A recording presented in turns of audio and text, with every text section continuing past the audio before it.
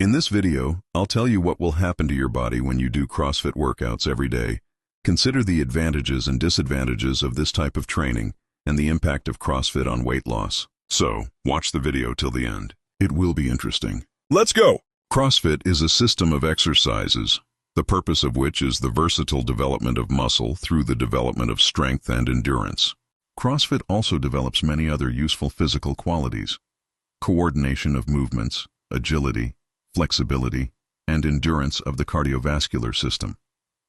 What are the benefits of CrossFit? The development of willpower in an athlete, since CrossFit training is highly intense. In order to complete the program, the athlete must train through considerable discomfort. CrossFit workouts are very diverse and allow you to join the sport with any type of physique.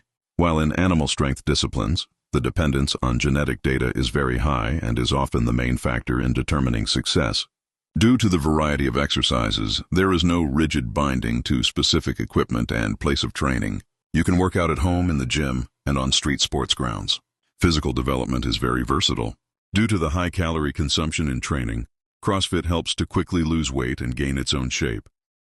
CrossFit, in general, introduces a person to a healthy lifestyle and forces them to give up bad habits.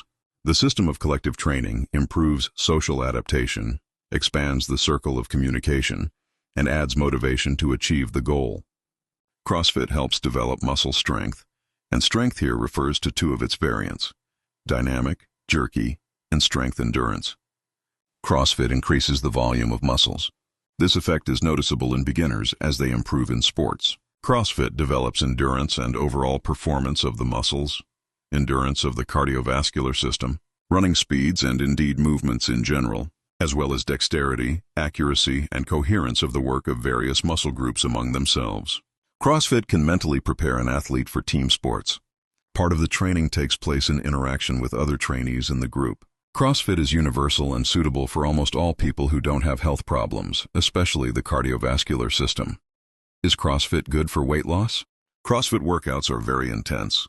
Pauses between exercises are minimal or non-existent, while a significant part of the training is aerobic exercise. This leads to the fact that a large number of calories are burned during CrossFit exercises. The percentage of subcutaneous fat is reduced.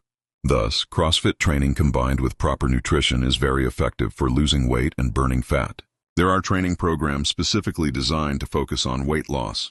Is CrossFit suitable for beginners? Yes, but subject to a competent selection of exercises and a gradual increase in the volume and complexity of training. Beginners should begin their workouts with relatively simple exercises. The range of sports equipment and movements in CrossFit is simply huge, and it's simply impossible to start doing everything at once. A gradual increase in loads and the same gradual development of the technique of new exercises is the key to successful progress in CrossFit. The choice of exercises for the first training program should correspond to the beginner's physical form. It is useless to include a set of 15 pull-ups in the program if a person is not able to pull themselves up even once. And of course, you should start training under the guidance of a qualified trainer. What exercises does CrossFit include? First, warm-up exercises.